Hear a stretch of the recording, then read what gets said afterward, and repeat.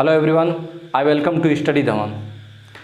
दोस्तों, हम फिजिक्स में आज पढ़ेंगे इम्पल्स मोमेंट थ्योरम, आवेग संवेग प्रमेय, और एक हेडिंग पढ़ेंगे law of conservation of linear momentum. Law of conservation of linear momentum पढ़ेंगे।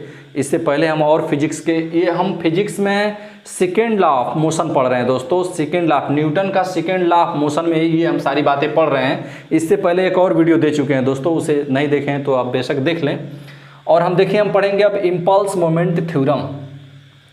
इम्पल्स मोमेंट थ्योरम को भी हम पढ़ा चुके हैं, लेकिन यहाँ पर स्पेसिफिक हम इसको पढ़ा रहे हैं कि ये ऑब्जेक्टिव टाइप क्वेश्चन में पूछ सकता है, ऑब्जेक्टिव क्वेश्चन दे सकता है, तो इसीलिए हम पढ़ रहे हैं। पहले हम इसकी परिभाषाओं को पढ़ लेते हैं, क्या कह रहा है। देखिए, किसी वस्तु पर आरोपित बल उस आवेग का आवेग उस वस्तु के संवेग में परिवर्तन के बराबर होता है। देखिए, किसी वस्तु पर आरोपित बल का आवेग उस वस्तु के संवेग में परिवर्तन के बराबर होता है। इसे हम आवेग संवेग प्रमेय कहते हैं। देखिए, जैसे लिखा गया है DI=DP लिखा गया है, मतलब कि ये आवेग है और ये संवेग है।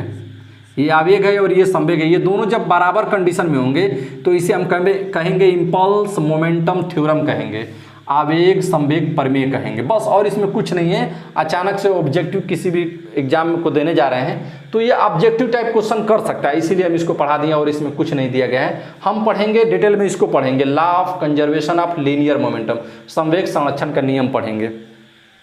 देखिए, संवेग संरक्षण नियम को हम पढ़ने के लिए इसकी हम परिभाषाओं को पहले पढ़ लेते हैं, उसके बाद जो इसका टेक्निकल फॉर्म होगा उसको हम समझेंगे। देखिए, यदि किसी निकाय पर बाह्य बल शून्य होता है, यदि किसी निकाय पर बाह्य बल शून्य होता है, ये देखिए निकाय का मतलब एक सिस्टम से होता है, ये सिस्टम है, इस पर नेट फोर्स 0 हो रहा है। ये कह रहा है कि इस पर नेट फोर्स शून्य है, मतलब एक्सटर्नल फोर्स शून्य है, यही कह रहा है। इसका मतलब ये, यदि किसी निकाय पर बाह्य बल शून्य हो, ये बाह्य बल शून्य है, तो उस निकाय का रेखीय संवेग संरक्षित रहता है। इसे रेखीय संवेग संरक्षण का नियम कहते हैं, इसे ही law of conservation of linear momentum कहते हैं। देखिए, आप यहाँ पर समझने की कोशिश करिए, हम इसे कैसे हल करेंगे। न्यूटन के द्वितीय नियम के अनुसार, न्यूटन के द्वितीय नियम के अनुसार, जो गति का द्वितीय नियम उसी के अनुसार पढ़ेंगे। F=dp/dt। आप जानते हैं कि न्यूटन का द्वितीय नियम क्या कहता है। न्यूटन का द्वितीय नियम यही कहता है कि किसी वस्तु का संवेग के परिवर्तन के दर को हम न्यूटन के गति का द्वितीय नियम कहते हैं, और उसमें कुछ नहीं है, बस इसका इतना ही समझिए कि बस इतना ही दिया गया है। और इसका एक्सटर्नल फोर्स शून्य कर दे रहा है। देखिए, यदि इफ जो है ये एक्सटर्नल फोर्स ये शून्य है, एक्सटर्नल फोर्स शून्य है, ये एक्सटर्नल फोर्स शून्य है, तो यहाँ पर आपको आ जाएगा, ये देखिए dp/dt शून्य है। अब देखिए ये कैसे कांस्टेंट होगा हमारा, यही ना कह रहा है कि संरक्षित है किसी भी स्थिति में, तो किसी भी स्थिति में संरक्षित का मतलब ये हुआ कि ये जो हमारा ये परिवर्तित नहीं, संवेग में जो परिवर्तन है वो शून्य है। संवेग में परिवर्तन जब शून्य होगा तभी हमारा संरक्षित रहेगा। ये देखिए, इतने का मतलब क्या हुआ, जब आपके सामने इतना लिखा जाए तो इसका मतलब क्या हुआ, इसका मतलब कि ये t तो शून्य हो नहीं सकता है। t देखिए, जब t शून्य हो जाएगा तो ये इन्फिनिटी हो जाएगा। ये हमारा जब t शून्य हो जाएगा तो इसका मतलब कि ये तुरंत ये अपरिभाषित हो जाएगी वैल्यू, ये मतलब कि dt शून्य होगा नहीं। आप इतना समझ लिए कि dt शून्य नहीं होगा। क्यों नहीं शून्य होगा?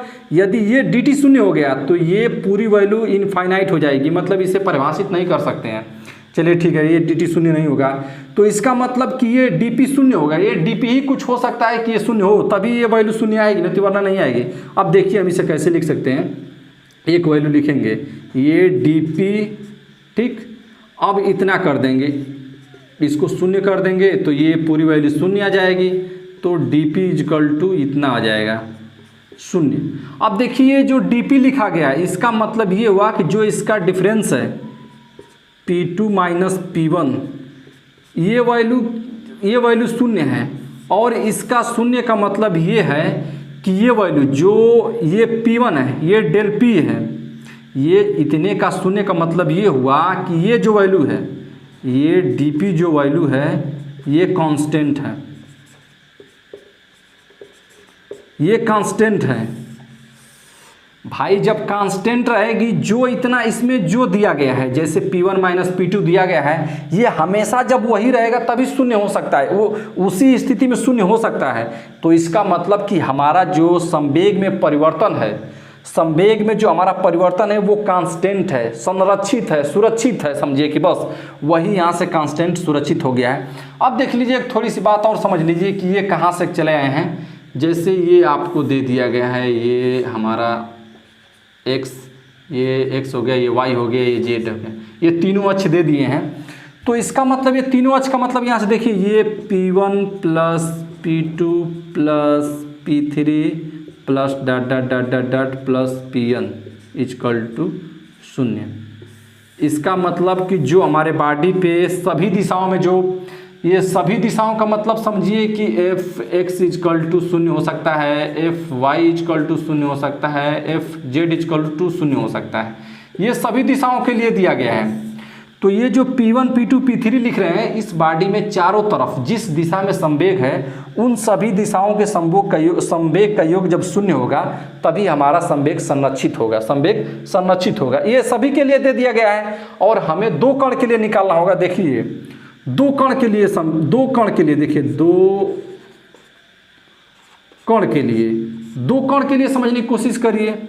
तो यहाँ पर P1 plus P2 equal to क्या हो जाएगा, 0 हो जाएगा दो कण के लिए। इसका मतलब कि P1 equal to minus P2, ये संवेग है, ये हमारा संवेग है। P1 equal to minus P2, बस ये और कुछ नहीं दिया गया, P1 minus P2, P1 equal to minus P2।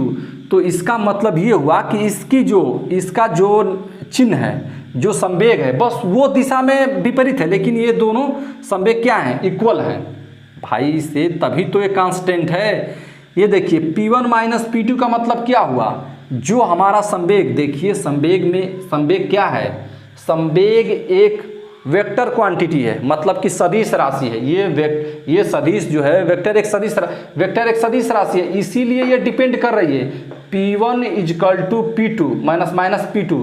तो इसका मतलब कि ये दोनों वैल्यू बराबर है, लेकिन चिन्ह क्या है, विपरीत है। चिन्ह विपरीत का मतलब क्या हुआ कि उसकी दिशा विपरीत है। जो वेग है, ये वेग पे डिपेंड कर रही है इसकी दिशा, तो ये वेग अलग दिशा में है। तो इसका मतलब ये हुआ कि इनका संवेग संरक्षित है। कैसे संवेग संरक्षित है, अब इनका दोनों वैल्यू जब बराबर हो गई तो दोनों को घटाएंगे तो 0 हो जाएगा।